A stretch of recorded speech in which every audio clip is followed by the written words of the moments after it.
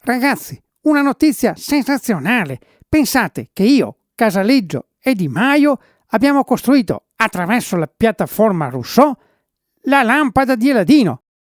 Non ci credete? La lampada di desideri. Da questa lampada io farò venire fuori il prossimo Presidente del Consiglio. Ma finisce con queste puttanate. Non vedi che sei finito ormai? Hai rotto le palle a tutti gli italiani. Venivi fuori 4-5 volte al giorno, nei telegiornali, perfino di notte, durante le televendite notturne. Ma basta con queste cose. Finiscila, smettila una volta per tutte. Insomma.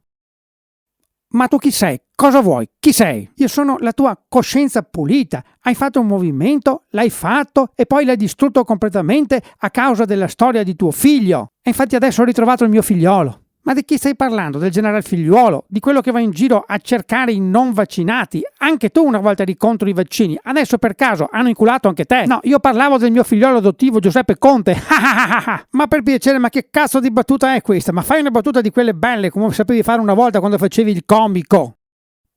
Ma una battuta, non mi viene in mente niente. Ecco, chiedo aiuto a Google. Domanda al dottor Google, dai.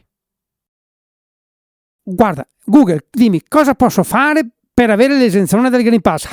Viene fuori un sito a te che sei Greenpeace non ti serve il Green Pass. È una buona battuta questa. Ma che battuta del cazzo è? Ma facevi più ridere da politico che da comico, veramente. Ma adesso mi hai veramente rotto le palle. Ti faccio sparire. Ragazzi, ho fatto sparire la mia coscienza buona. Adesso non ho più coscienza.